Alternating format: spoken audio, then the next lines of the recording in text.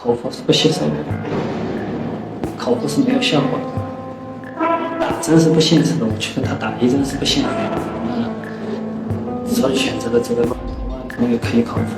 这个人叫邱小强，34岁，外科医生，医学博士。他利用自己的医学知识，精心策划，在2年的时间内，不停地给自己的妻子下毒，眼睁睁地看着妻子毒发后，痛苦挣扎了2个小时。妻子去世后第12天，警察将邱小强逮捕。当时呢，他正在和情妇约会。案子一经报道，轰动全国。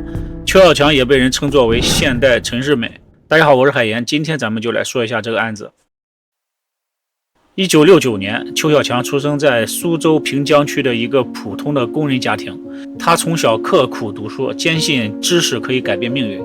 1989年考上了苏州医学院，毕业后分配到平江区的一家普通医院上班，但工作待遇呢比较一般。有了正式工作之后很快他就谈了一位女朋友。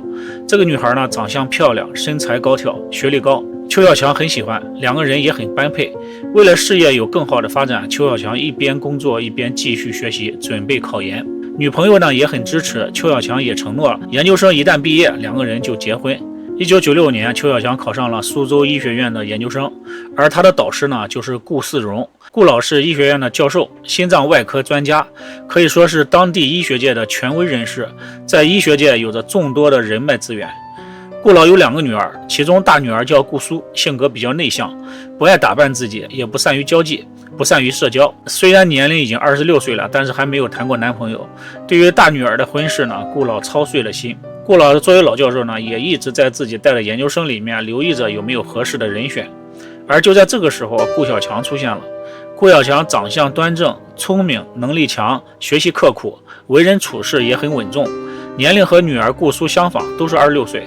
顾老比较看好这个年轻人，如果能够成为自己的女婿，以后也能继承自己的衣钵。于是顾老就有意无意地撮合邱小强和女儿顾苏。邱小强很聪明，明白顾老的意思，如果自己成了顾老的女婿，利用顾老的人脉和背景，自己的前途将是一片光明。于是果断与前女友分手，然后和顾苏谈恋爱。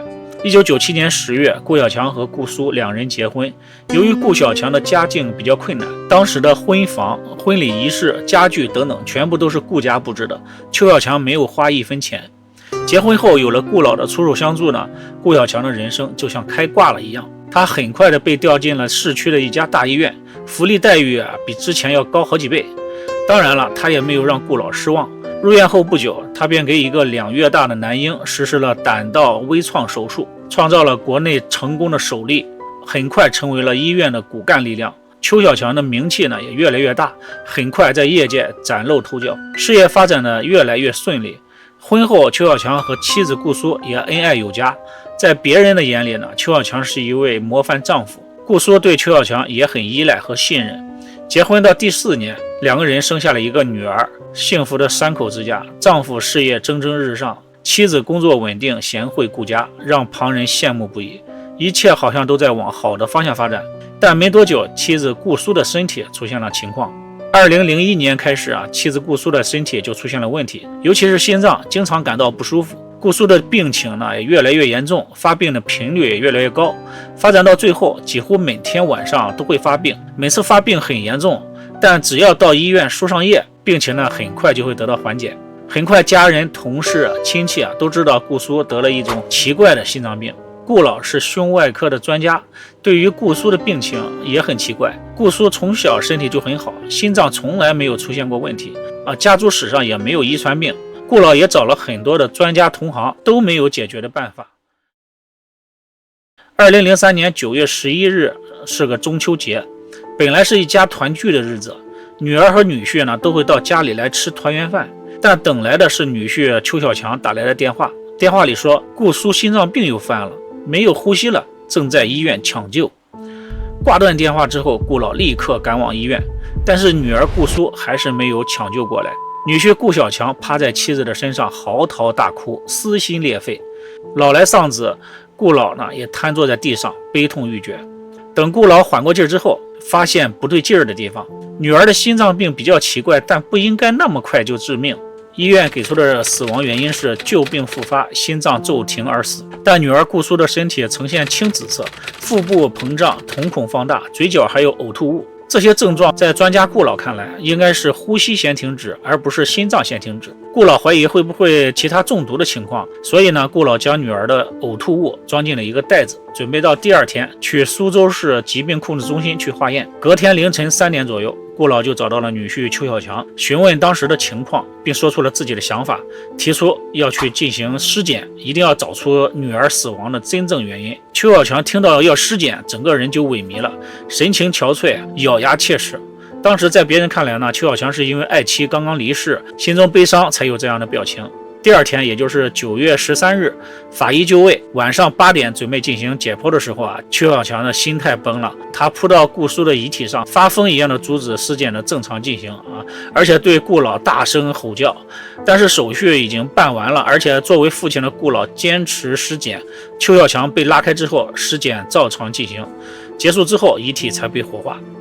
没几天，尸检报告出来了啊，结果令人意外。尸检报告显示，顾苏并非死于心脏病，而是死于中毒，是一种麻醉药使用过量引发的心力衰竭。法医在顾苏的身体里面检测出了氯胺酮，氯胺酮是手术上常用的全身麻醉药，静脉或肌肉注射以后，病人会很快的出现意识模糊。氯胺酮无色无味，易溶于水，如果口服氯胺酮将会对心脏造成伤害，导致心脏纤维化，是可以致死的。另外呢，氯胺酮属于处方药，被纳入了管理非常严格，外面的药店是买不到的。而和顾苏有关系的人当中呢，只有2个人能够接触到氯胺酮，一个是顾老，另一个就是丈夫邱小强，因为他是外科医生。顾苏在当天回家之前呢，没有在外面吃任何东西，那么就是在家里服用了氯胺酮，而且氯胺酮的每支的剂量是100毫克，想达到致死量的话，需要4到5支才可以。而顾苏发病的时候，唯一在场的人只有邱小强，而且服下氯胺酮之后，10分钟后就会出现中毒反应，但从出现症状到医院竟然用了2个小时，也就是说顾小强故意拖延了时间，眼看着妻子痛苦挣扎了近2个小时后，才打电话给医院和岳父。顾家人呢就选择了报警，警方调查了邱小强所在的医院的麻醉剂的管理和库存，从记录中查到邱小强多次获取麻醉药，但无法确认是否全部用于手术。顾苏去世了12天之后，9月23日，警方逮捕了邱小强。面对铁证，邱小强最终还是承认了用麻醉剂毒杀妻子的犯罪事实。更令人感觉可怕的是他从2年前就计划好了要杀掉妻子。从2001年开始，邱小强每天的早上，他都会为妻子泡一杯咖啡提神。到了晚上之后呢，邱小强又会在睡前给妻子端一杯热牛奶。丈夫变得如此体贴，妻子顾苏非常开心，却不知道丈夫端给她的杯子当中都下了麻醉剂。在审讯当中，顾小强说，对于顾苏谈不上感情，和他结婚是为了利用岳父的关系，都是为了自己的事业。邱小强在医院医术精湛，年轻有为，很多年轻的小护士、女医生都很崇拜他。邱小强在医院里面找了多名情妇，其中有一个情妇张某和邱小强的前女友长得比较像，和邱小强的关系呢也最为密切。情妇张某不愿意一直做邱小强的情妇，要求邱小强尽快和妻子离婚，然后他俩结婚。但邱小强知道，他的岳父顾老是苏州医学界的泰山北斗，他的事业前途和家庭都是靠岳父的提携而得来的。一旦他和妻子顾苏离婚，那么他的人设就垮掉了，他的事业前途就没了，财产会有损失，女儿呢也会离开他，代价太大了。而顾小强对于情妇张某喜欢的不得了，他既想保住现在拥有的一切，又想和张某在一起，那只有一个办法，就是除掉妻子。于是顾小强用自己所学的医学知识经过筛选，决定用麻醉剂毒杀妻子。他先用小剂量的麻醉剂持续的给妻子下药长达2年，让大家都误以为妻子有心脏病。最主要是8月底他就晕倒过一次，而且这一次相当厉害，比前面几次都厉害，差点快要死掉的样子。那么我就感觉自己有机可乘的。9月5日，他拿出了3支麻醉剂倒进了妻子的咖啡里，然后去医院上班，还打电话嘱咐妻子喝咖啡。妻子很快心脏病发作，打电话给邱小强，连续打了3次电话，最后还是顾老先到了现场，邱小强才回来。因为这次剂量不够，妻子顾苏被抢救了回来，脱离了危险。6天之后，也就是中秋节那一天，邱小强再次动手，这次他加大了剂量，用了5支麻醉剂。妻子喝下之后，邱小强一直在现场看着妻子痛苦挣扎了近2个小时，才不紧不慢地将杯子洗干净。观察妻子确定不行了之后，才拨打了医院和岳父的电话。2004年1月2日，苏州市中级人民法院宣判邱小强杀人意图明确，且情节十分的恶劣，法院以故意杀人罪判其死刑。毕竟不管什么原因吧，做错了，而且选择了这种极端的做法，总是不对的。我希望就是能等待着法律的惩处吧，希望早点能以死偿命。